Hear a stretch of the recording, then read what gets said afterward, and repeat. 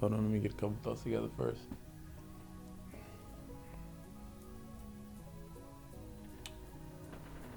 You know you record.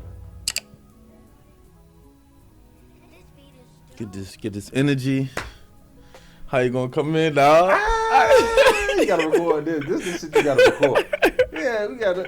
Are you really not gonna say nothing? You ain't shit. You already recorded? You already started? Yeah, he probably already started. All right, already good. You see this? You see? You know what I'm saying? Got my dog Rouse back here. And he ain't saying. He ain't trying to be a part of it no more. It's okay. That's crazy though. It's all right, good. but let's go ahead and kick this thing off. Get this started. So, I'm your host, Marcus Smith II, 6-year NFL veteran. I'm a life coach now, and this podcast is called Circle of M. I got my good guy with me, Dondre Echols. Yeah, in the building. People don't really know that you are my editor. Mm-hmm. Also, right? You ran track. Yes, sir. 2-time USA team. Mm-hmm. Right? 12-time state title. Four-time record holder. Okay. You you got it. yeah, I got it. We got it today. All right. But the Circle of M podcast is really my circle. It's the circle of mental health. It's us debunking anxiety, depression, and just life in general. That's why I became a life coach. That's why I wanted to do this. I want to do this for athletes and just regular people all over the world. I just wanted to be able to talk about this because this is something that we don't talk about. We don't talk about our mental, like on a daily. Mm-hmm. We don't talk about how it affects our life in general. And at the end of the day, it's a taboo, especially in the black community. Very important. I like to do what we call like a tap-in segment. I want to see, how you feeling. Like, how are you really feeling? And really be honest, feeling. like, all right. What is your emotions like today, and how are you feeling? Emotion-wise, I was a little upset earlier. Yeah. I was a little upset earlier. One of the mornings where I felt like this is why I don't like to, depend on people. Yeah. Depend on things. I just wish I could just, But when I came here, got around y'all good energy, I'm a little good now. I'm a little good, a little happy. So tell us what happened. Like, what happened this morning? You had some stuff little going car on trouble. with your car. Yeah, little car trouble. I was trying to be on time. I was excited to be here. But how many people can really relate to that?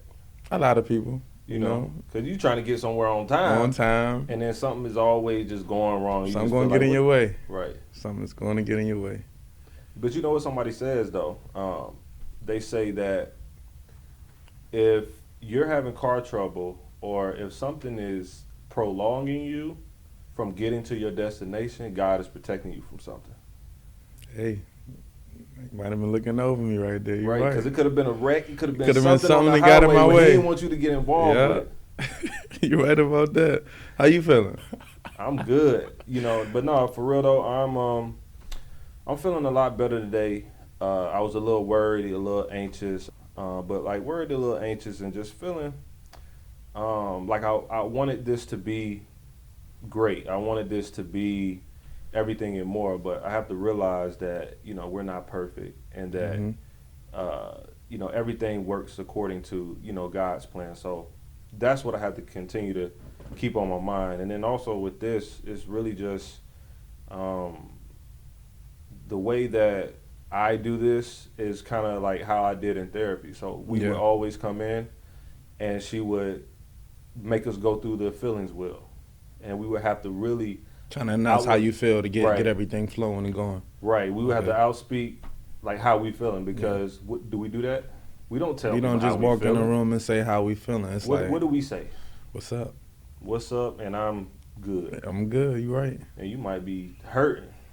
You know what I'm saying? That's how we was raised though. Yeah, that is true. But we need to break that. We need to break that. We do need to break that, and that's why we are talking about it right now. That's why I had this segment for this. So let's talk about like mental health in America, right? You actually knew Chesley Christ, mm-hmm. and A couple of weeks ago, there was a situation that happened where she ended her life. I want to talk about that a little bit because this is a beautiful soul, Mm-hmm. beautiful black woman who had, she was Miss USA, Mm-hmm. she was a lawyer, she ran track at South Carolina. Like, first of all, condolences to her family. Yes, we send that. But, how did that make you feel when that happened? Because you know her personally. Of course, I felt a lot of pain. I didn't believe it for the first week or so until it was like actually confirmed. I Yeah. was in disbelief, but more so, it brought reality to me. It made me think about my life, people around me life. It made me kind of open my eyes that people are dealing with serious mental issues, even though they look okay. Right.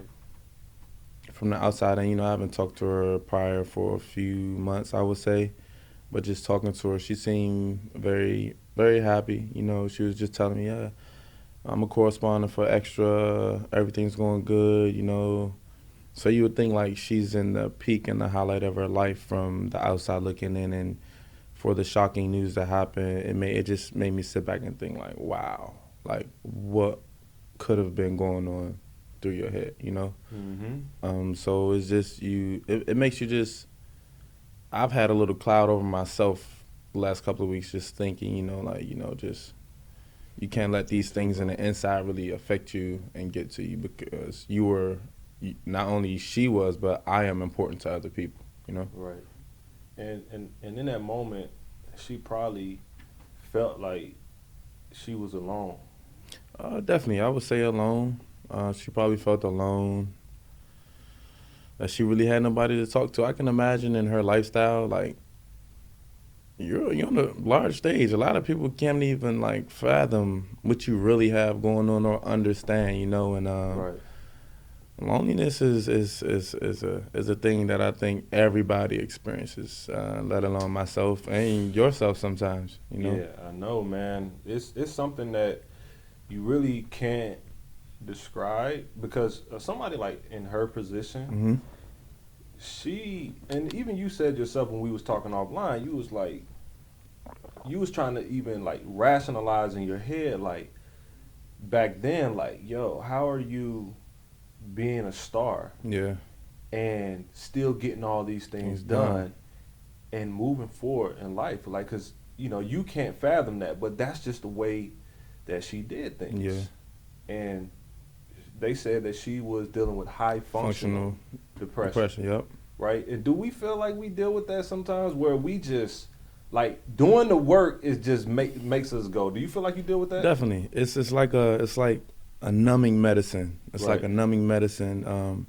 I think we spoke about it. You said a Band-Aid, something Right. like a Band-Aid, and those are key words that can actually wrap what you're trying to say.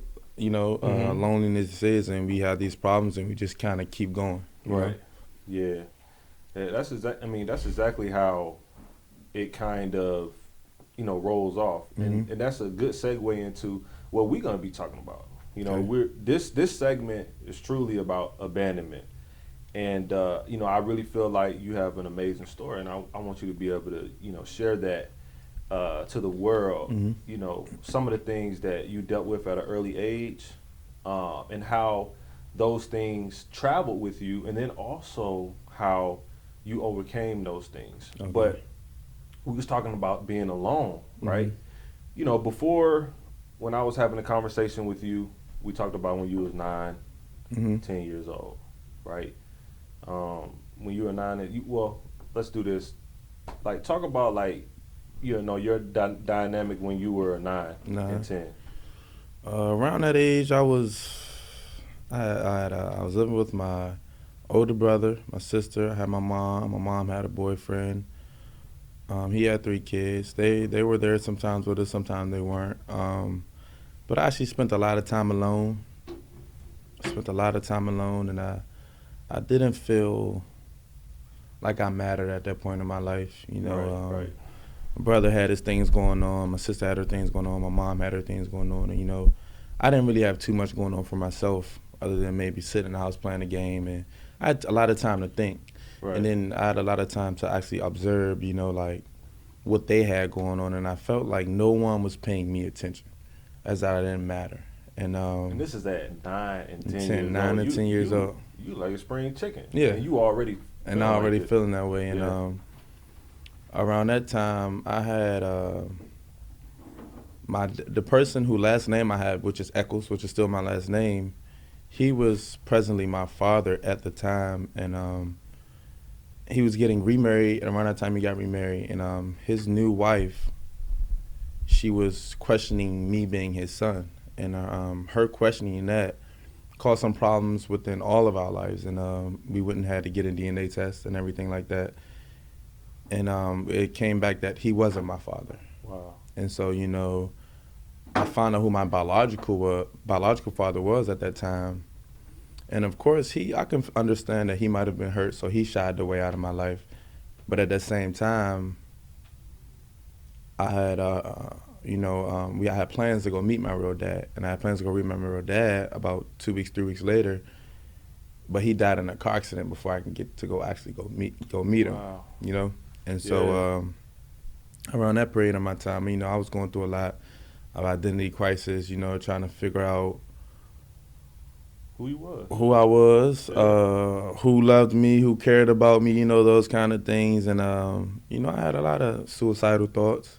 And this and people, this is 9 and 10 years old. Hmm. You having these thoughts, and you're feeling the aloneness, and you feeling like, because that's what it is, right? We Yeah. talked about me, you, Rouse. We talked about how you feel lonely and abandoned. Yep. When your father, he was living, Yeah. he He was was there. living, and it's almost like You found out who he was, and and then he's then not he's there anymore. gone. So it's like, like dang, nobody really wants to be around, Right. in a type of way, Right. and then pushing through, like we were talking about, that Band-Aid that you were talking about, Yeah. through life was I got into sports around that age, and I used to always try to ask to do sports because kids in my school used to be like, "You fast," I was the fastest kid in all my classes. No matter what we were doing, I would always win and stuff like that. And I finally got to run track, and the way I was running track, the way I didn't say this, Yeah. the way I started running track is one time me and my Mhm. stepbrothers, we were in the house, and we decided to go across the street. Right. I used to live across the street from the sports learning complex. And we were like vandalizing the bleachers over there, like with things under the bleachers and everything. And we got caught. And when we got caught, Yeah, caught. we got caught. And when we got caught, his name is Coach Henry. He kind of chased us. And then we ended up, he caught us, He was fast, but we Yeah. were fast, you know what I'm saying? He caught Yeah. us, and he gave us the option. He said, either you're going to run track for me or we're going to call the police. You guys are going to kind of get in trouble type deal. And I said, my mom not going to pay for this. Like we're not going to do this. And he said, don't worry about that. Wow. And so from there, That's love. my stepbrothers couldn't run. So I was initially the only one running track. And when I started to run, that's when I started to realize I had a figure that did come around. And that's when I started to feel appreciated. Right. I Yeah. was fast, so Yeah. like somebody liked me for something. You had, yeah, and you had, this was like, you started to really feel like this was like a sense of peace Yeah, for definitely. you, right? And you started to feel like, okay, I can identify Hmm. with this. And even at 9 and 10, your mother even tried to put you through therapy and Yep. put you through these things, right? Hmm. But I would truly say that, therapy might not be for everybody. Like, I'm on here, that's why I'm a life coach, because Yeah. I'm what you call a bridge to you getting the help that you solely desire. Hmm. And for you, at that young age, what God pushed you towards was track. Track. Yep. And that's the amazing thing about it, right? You got to run on the track, and you really found out, wow, this is my safe place. Yep. This is what I feel like God envisioned for me to do. But then we also talked about, you talked about it a little bit. You talked about the Band-Aid, Yeah. right? So like over time, as you got better and better, and then people started to know who you were, Hmm. like with track, did like those thoughts ever like come up like during like the time where you're in high school and maybe like going into college, or like you just kind of like, pushed them away, or like didn't really talk about them? Um, I'm gonna say those thoughts definitely affected me through the whole process. Wow. Honestly, I feel like at that time, like I told you, like back then, that I didn't matter to my own family. Yeah. So in a way, I kind of carried it through that way. It's like they didn't care about me at the time. It's no way that these people that I'm just meeting care Yeah. about me. You know what I'm saying? It Right. was like they like me for what I can do rather than who I am. You know, so I still felt deep down inside against the people Right. that I didn't matter. But I still felt that I did matter because I was getting the love and getting the accolades and reaching the highest of all, the highest levels in my sport. So it kind of gave me that comfort zone to keep going, to keep just keep going. If I want to feel this feeling, I want to people like to feel needed as people, Right. and through like my coaches, through my teammates, I felt needed, and it was a place that brought me peace. Yeah. It definitely was. It definitely was. It's the same thing with me with, football. It was just a place of peace, and I think that's a lot of for a lot of us athletes. Mhm. That's where we, find our peace. But the one thing that I do want to talk about is it does find our peace, right? Yeah. Or I shouldn't say find our peace, but it gives us It gives peace, us it gives us peace for the moment. right? Like you were And saying. then you already know where I'm going. It's like, Yeah. okay, who are we without all of that, right? Who is God calling us to be without that? And that's And that's the tough part, yeah. because you were feeling abandoned. We all had that some at some point in our life. You Yeah. found something that gave you that, Mhm. right? That brought you out of that phase where you felt needed. Yeah. But then you got to the highest pinnacle of your career. You were doing what you're supposed to be doing. You went to South Carolina and you're running. I met, my wife, your cousin, at Penn Relays. Mhm. That's where you used to get down Yeah. at. Uh-huh. You know what I'm Yeah, saying? that is You know crazy. I That's do that. crazy. You know, I do that, dog. You know what I'm it's saying? a, I do my research a little bit. you You know what I know. mean? But nah, yeah. I think once you got to that point, right, when you're getting like to Olympics and Yeah. you're trying, that's the ultimate goal. That's the ultimate goal. People don't really understand the Olympics sometimes. It's Yeah. every 4 years. Right. They're only taking a top three in each event Yeah. for our country, in which our country is the hardest team to make. The hardest team to make. Um, and then, but every year there's like a world championship, but people only care about The the Olympics. Olympics. You know what I'm Yeah. saying? So that's the ultimate goal, is to reach that team. And like you were saying, like I was a top dog. I remember coming out of college. I was the number one college kid coming out. I had the fastest time going into the Olympic trials, things like that. So Yes, sir. it was meant for me to make it there and things like that. But that was my ultimate goal, make an Olympic team. I didn't know too much about like professional tracking to keep going past that point. But it was make this team, and I got the Olympic trials, and ultimately it was like I ran a bad race, boom, Mm. and so you go from that to everybody thinks you're this and that, and that's how they identify you. To Mm. you run a bad race, you don't get the big contract that everybody's hoping you're gonna get. You don't get you don't become this big guy. You just become back down to a surface level person. And I'm not going to downplay it, because I was still able to run professionally, run overseas, travel the world, and get exposed to a lot. But I still wasn't who necessarily I thought I should be, or well, I'm gonna say me because I didn't know, but people thought I should be. Right. But that's like people's perception. Perception, And yeah, then perception they was. put it on you, Mm-hmm. and then that's the pressure that you carry with you to Exactly. succeed. But really, success is not a destination, It's not. it's a mindset. So even through your trials, you were already successful. Yeah. You were already where you needed to be. Now let's talk about, like, you said you ran a bad race, Mm-hmm. right? What were you feeling in that moment? Like, because there's been times where I've been on the field and people can say what they want about me is, I played 6 years, but, I don't got the stats or whatever. Yeah. But I used to be handicapped on the field because I would be so afraid to mess up. I would be so afraid to just, be. I was not being out there. Like, when I'm talking about being, like just being the person that I know I could be. Mm-hmm. I was not doing that. I was just, anxiety was at an all-time high, and then that would cause me to be depressed because I couldn't get through my anxiety each and every game, right? I didn't believe in myself. How did that used to affect you? You know you was about to say on the field, but off the field.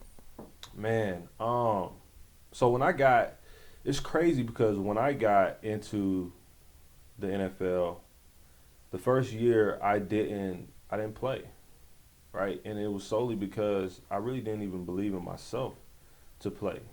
Even though you were a first-round draft pick? Even though I was a first-round draft pick, there's an amount of pressure that comes along with you being a first-rounder, mm-hmm. right? And I'm not going to sit up here and say I was ready for it.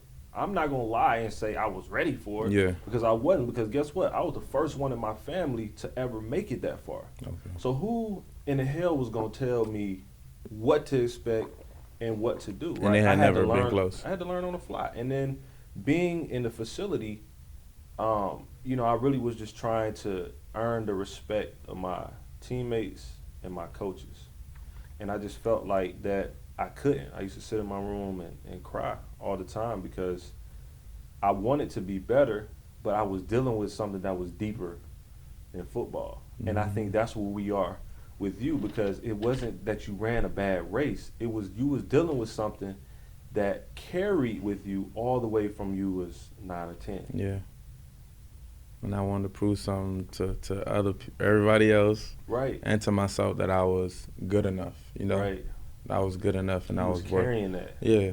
That was always I got to show people I matter. You know what I'm saying? Right. I matter. It was like the biggest thing. Like you won't forget this name. Right. Something like that. So that's definitely how I carried it. And then, but a race like that, like I still never forget that race. I watch the race over and over. Like first out the blocks, I'm over. But I'm thinking like I gotta do this. But me thinking so much, I couldn't really focus on what I was doing. And I remember like after that moment, I just felt like a failure for so long. Why did you feel like a failure? Because I feel like I had expectations put on me. But I don't know if it was the expectation from people or was it the expectations I created for myself. I think it was a little bit of both. Because that's all of us. Yeah.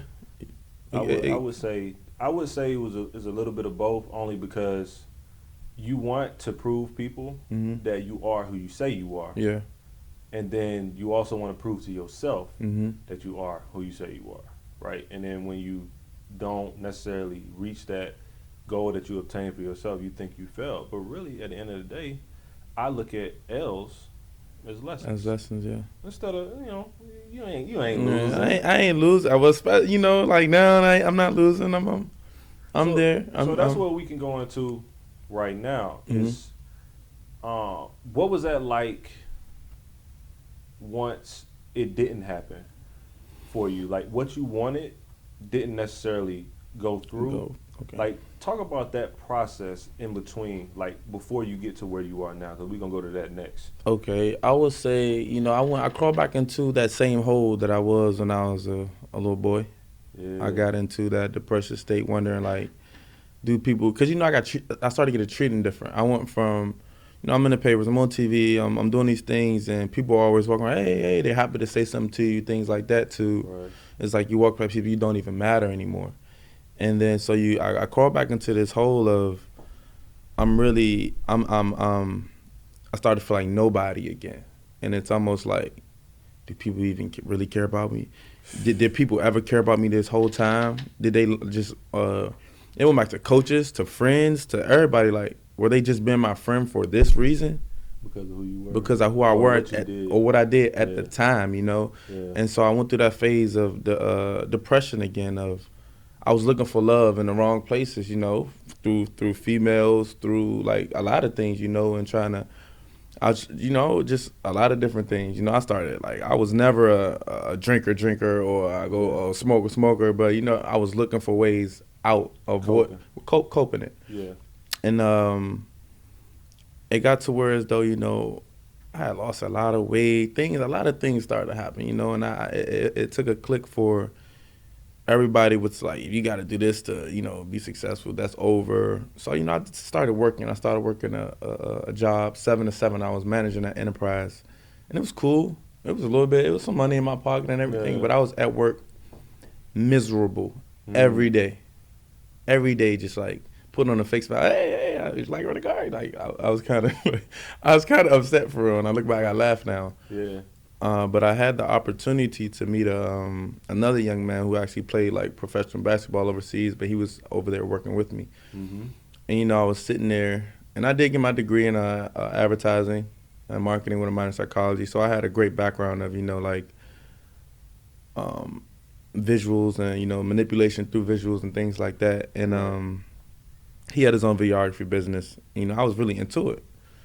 And I saw what he was doing. It was totally different from what I wanted to do. You know, I wrote a 40-page business plan. You know, it got to the point where I was like, I'm not going to just sit here and keep feeling like this, because I am. You know, I dug myself out of that hole when I was little. Right. Or I was Band-Aided, you know, or something a passion came along that helped me keep moving. Right. And so once I started working on a business plan and I brought it to life, and I had a girlfriend at that time where I felt like, wow, I have to really choose myself at this point, and to move forward. And I got a kick and quit my job, and I just said, you know, I'm gonna take this chance on myself. I took chances on myself. Every time I stepped on a line, it attracted me. Why can't I do it like with my life, you know?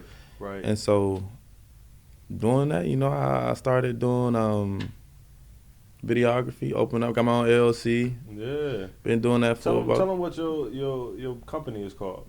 Company is called Rebellious Identity. You can see it here indeed. on the sweater. You know, I still got some sweatshirts. Y'all need them. Got it on my neck too. You know, because I got it here because every time I look in the mirror, I see it, and you know, I can't make no excuses because I got it right here. You know what I'm saying? So that's very big to me. Man, I want to talk about that a little bit.